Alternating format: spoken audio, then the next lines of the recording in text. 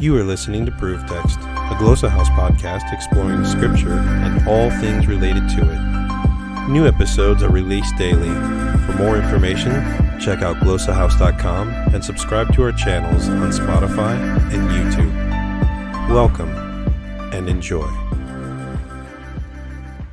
Hello and welcome to Proof Text and Glossa House TV. I'm Dr. T. Michael W. Halcomb, and this is a Fallacy of the Week episode where we look at things that are floating around social media, online, memes, quotes, posts, all kinds of things, poke holes in them by finding the logical fallacies. And, that's what we're going to do here. I have been seeing a post floating around Facebook and the like the last several days at the start of June 2024. And we're going to look at this and we're going to see where we can find some logical fallacies because a lot of people are sharing and resharing this. So let's have a look. Here you go. It is, if you're watching, it's sort of a black background and the LGBT flag colors, the rainbow stuff. And it says, at the top of it, I'd rather be excluded for who I include. And then there's like 5 hearts across the middle. One is like BIPOC, I guess, Black, Indigenous, Peoples of Color. The other one's a trans. It's a heart with a trans flag over it. Another one's an American flag, which is interesting. The next one's a purple heart with a peace sign in it. And then the last heart is the rainbow flag heart. And then the bottom of it says, then be included for who I exclude. So here's how the whole quote goes. I'd rather be excluded for who I include than included for who I exclude.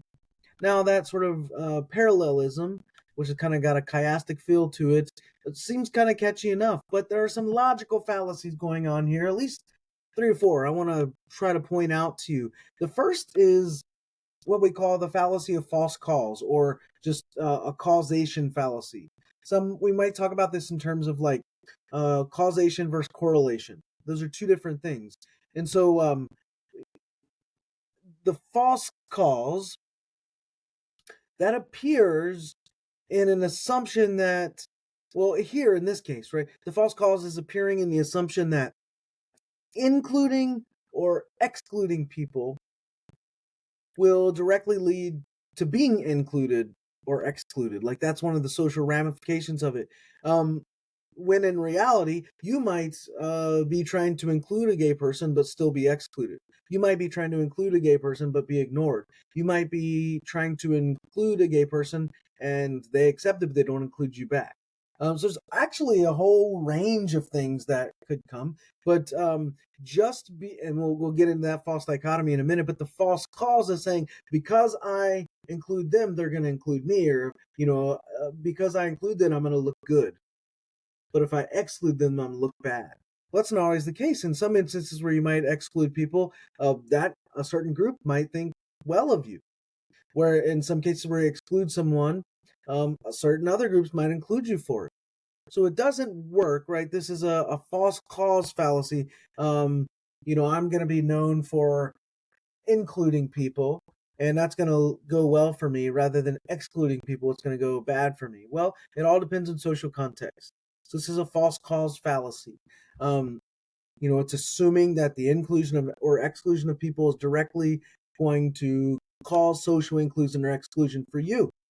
So it's oversimplifying what's really a complex reality, built on different social dynamics and other contributing factors. And I could be like, oh, since I started wearing my lucky socks, I've won every game. Therefore, my lucky socks are the reason I'm winning. Well, that's a false cause fallacy. It's the same thing going on here. Another thing that we see here is the appeal to virtue. And we often hear this talked about as virtue signaling. In terms of logical fallacies, the appeal to virtue. And this is where someone appeals to virtue to appear that they are taking a moral high ground, or that they are morally superior, right? They're a morally superior being, as opposed to an inferior being. This is that's what they're trying to convey and get people to believe.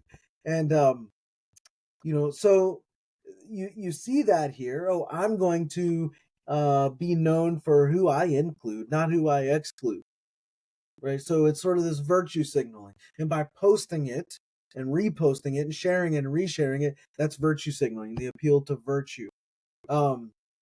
And, the statement, really what it's implying is that being excluded for inclusivity is morally superior. And so it's really trying to manipulate the audience's sense of morality rather than providing a logical argument, right? Which is something we see over and over and over. People just make these statements. They don't provide logical arguments and facts, right? So I could be like, well, people who really care about the environment drive electric cars. If you don't drive an electric car, then you probably don't care about the environment. Well, that's stupid. That's an appeal to virtue. It's virtue signaling. Trying to make myself seem morally superior because I drive an electric car and you don't. And I've actually seen people do that in real life. I've seen a well-respected theologian do that a number of years ago. Well-respected Bible scholar. So we also, a third fallacy that I see here is referred to it earlier as the false dichotomy or the false dilemma fallacy. And you can see that in the phrase, I'd rather be excluded for who I include than be included for who I exclude.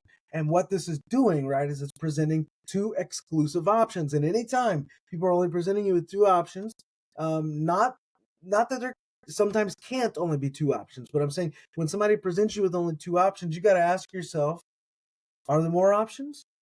More legitimate options? So it should set off some bells. Sometimes there might only be one true option. Sometimes there might be two true options. You gotta recognize that and then ask yourself, right? Are these the only legitimate options? And so this false dichotomy, this false dilemma fallacy is presenting only two options or outcomes in a situation when in fact there are more possibilities. Right? You have in this example two extremes, being excluded for inclusivity or being included for exclusivity. It ignores the possibility of being included or excluded for other reasons when there are a bunch of other reasons. I gave some of those before. And so again, it's oversimplifying the issues, presenting it only as a binary choice when there's more options. So you could be excluded for including. You could also be included for excluding. Those are two other possibilities. You might be ignored for either or. You might be ignored if you include. You might be ignored if you exclude. That's another possibility. There's all kinds of possibilities. There's a whole spectrum.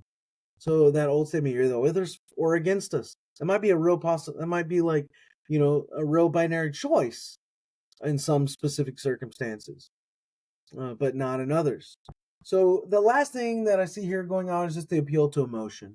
You see that with the hearts and the colors and the appeal to emotion is appealing.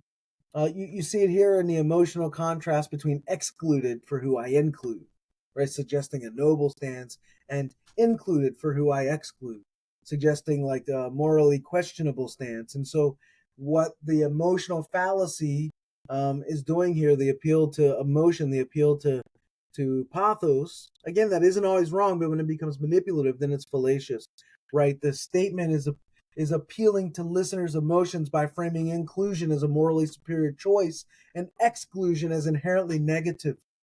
And so the emotional appeal, what it does is distract from a rational examination of what's said. And, think of the children. Think of the children. People would say that all the time. And what they're doing is attempting to, pull out this emotional response to sway opinion without addressing the actual argument or evidence. So yeah, that's all I have for now. Those several fallacies, they're here, they're in this. And when you see this, you should recognize that. This is an important one to be aware of, especially during this month in June 2024. All right, friends. That's it for this Fallacy of the Week episode. So I'm going to stop there and say I hope that helps. Interested in growing your ancient language skills but not sure where to start? Glossa House can help. From illustrated readers and short stories to lexicons and grammars, Glossa House offers a variety of resources for beginning, intermediate, and experienced ancient language learners. Head to glossahouse.com today.